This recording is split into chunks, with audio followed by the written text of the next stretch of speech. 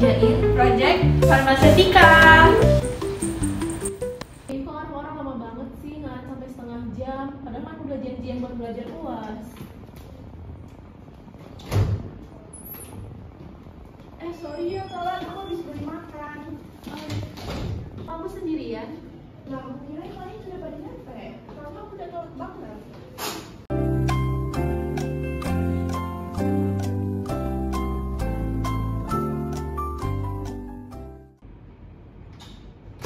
Nah, itu mereka datang. Maaf guys, telat. Habis makan banget nih. Iya.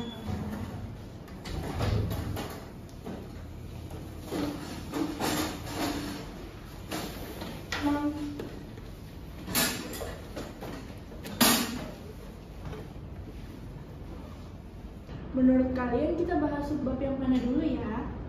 Kita bahas yang susah dulu nggak sih? Waduh, menurutku susah semua soalnya. Yang paling susah itu subbab 4 nggak sih? Iya sih, menurutku juga. Soalnya banyak banget. Ya kan? Nomor 4 ini soalnya banyak banget dan aku sudah pelajari berkali-kali tetap juga nggak ngerti. Kalian ada yang paham nggak? Nah teman-teman, jadi pada bab 4 ini kita tuh mempelajari tentang sistem metrik, sistem lajing, dan konversi antar sistem. Nah, sistem metrik itu seperti apa sih? Sistem metrik adalah sistem bobot dan ukuran berbasis desimal. Contohnya seperti apa? Yang pertama ada meter. Meter ada satuan untuk panjang. Kemudian ada liter. Liter itu satuan untuk volume. Kemudian ada gram. Gram itu untuk apa sih? Gram itu untuk satuan berbasis bobot. Kemudian ada materi tentang sistem lazim. Sistem lazim ini dibagi menjadi dua. Yang pertama ada sistem apotek, merupakan sistem bobot dan ukuran yang tradisional dan historis yang digunakan dalam bidang farmasi. Baru yang kedua ada sistem avoid depois, merupakan sistem perdagangan umum yang berdasarkan pembelian barang atau bobotnya. Lalu yang terakhir ada tentang konversi antar sistem. Konversi antar sistem itu seperti apa sih? Jadi kita ingin mengubah suatu sistem ke sistem yang lain. Jadi seperti itu dalam bab 4 ini. Oke, ini makasih ya penjelasannya. Iya, sama-sama. Guys, ayo kita bahas soal sebelum sore. Boleh. Kita bagi aja ya soalnya, kan soalnya ada banyak. Iya, boleh. Ayo. Kalau gitu aku soal nomor 1 sama 2 ya. Aku 3 sama 4 deh. Aku 5 sama 6 ya. Aku 7 sama 8. Nah, kalau gitu aku yang terakhir, nomor 9. Oke, boleh.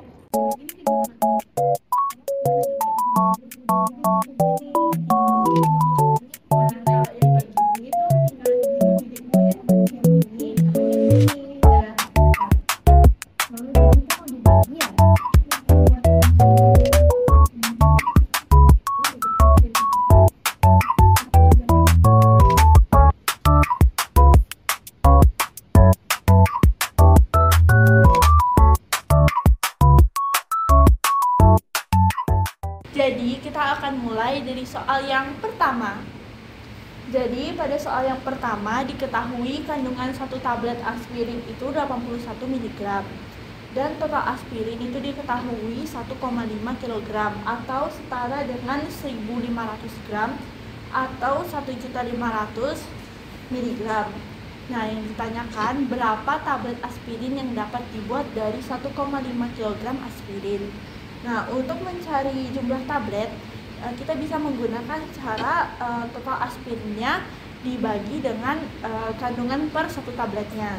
Jadi 1.500 mg dibagi dengan 81 mg itu hasilnya 18.518,52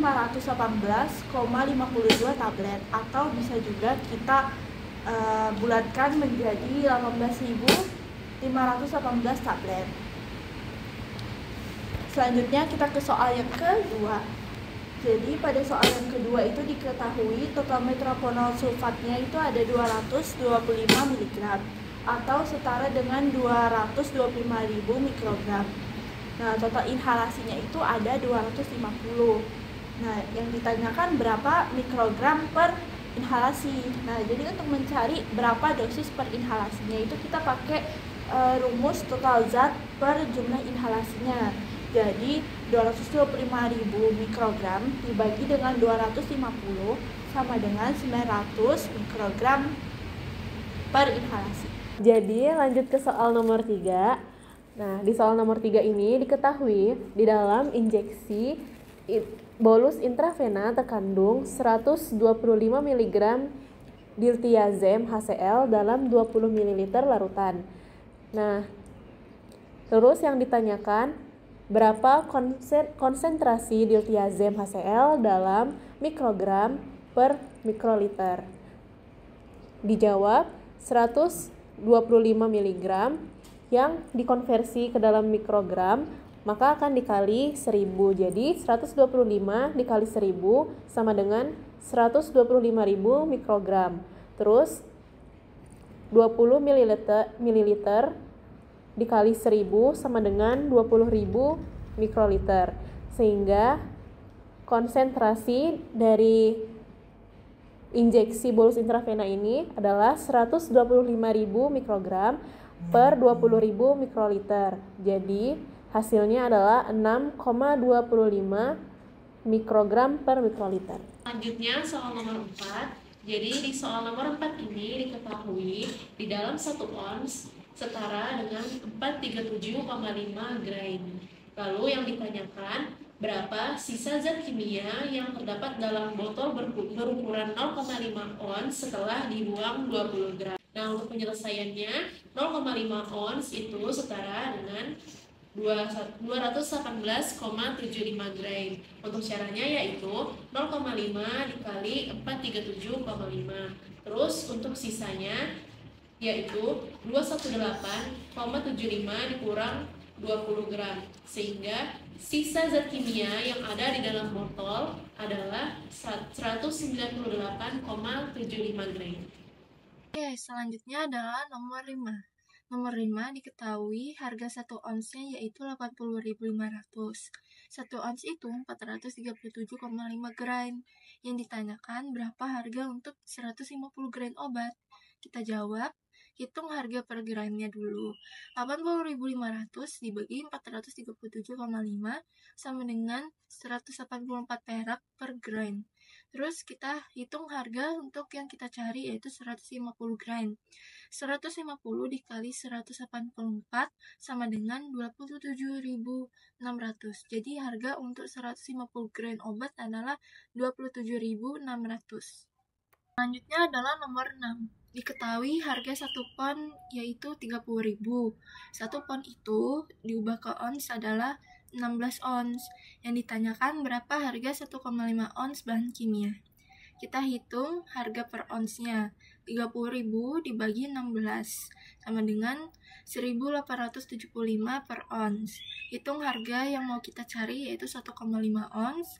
Jadi 1,5 dikali 1.875 sama dengan 2.812,50. Jadi harga 1,5 ons bahan kimia adalah 2.812,50. Nah, jadi untuk soal nomor 7 diketahui dalam 5 mili terdapat 1/8 gram kodein. Lalu yang ditanya adalah dalam 1 pin terdapat berapa gram kodein. Maka penyelesaiannya adalah pertama 1/8 gram kodein itu sama dengan 0,125 gram kodein. Dan 1 pin berdasarkan buku Pharmaceutical Calculation itu 1 pin sama dengan 473 mili. Nah, selanjutnya digunakan rumus perbandingan. 0,125 gram per 5 mili sama dengan X gram per 473 mili. Maka didapatkan X-nya 11,825 gram kodein. Jadi, dalam 1 pin terdapat 11,825 gram kodein. Selanjutnya, nomor 8. Diketahui dosis tetrasiklim oral sama dengan 0,018 gram per pon bobot badan. Dan ditanyakannya dosis dalam miligram per kilogram. Maka penyelesaiannya kita mencari dulu 1 gram sama dengan 1000 mg dan sehingga 0,018 sama dengan 18 mg. dan 1 pon itu sama dengan 0,454 kg. Nah, jadi 0,018 gram per pon bobot badan itu sama dengan 18 mg per 0,454 kg bobot badan, atau sama dengan 39,647 mg per kilogram bobot badan. Nah, lanjut pada soal nomor 9, yaitu soal terakhir. Diketahui bahwa dosis pada soal ini yaitu 50 mg per kilogram per hari.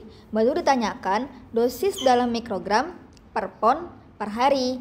Lalu penjelasannya seperti apa sih? Penjelasannya yaitu kita mengetahui bahwa 1 mg akan diubah menjadi 1000 mikrogram. Lalu dalam 1 gram bisa diubah menjadi 2,205 pon. Nah, cara penjelasannya gimana sih? Yaitu dengan 50 dikali dengan 1000, yaitu konversi dari 1 mg ke mikrogram. Lalu dibagi dengan 2,205, yaitu konversi dari 1 kg ke pon. Lalu dihasilkan sebesar 22,7 mikrogram per pon per hari. Nah, semua soal sudah kita bahas nih. Menurut kalian, ada nggak yang perlu ditanyakan lagi? Kalau dari aku cukup sih, aku sudah paham semua. Yang lain gimana? Sama juga. Paham. Udah sore nih, pulang yuk. Ayo.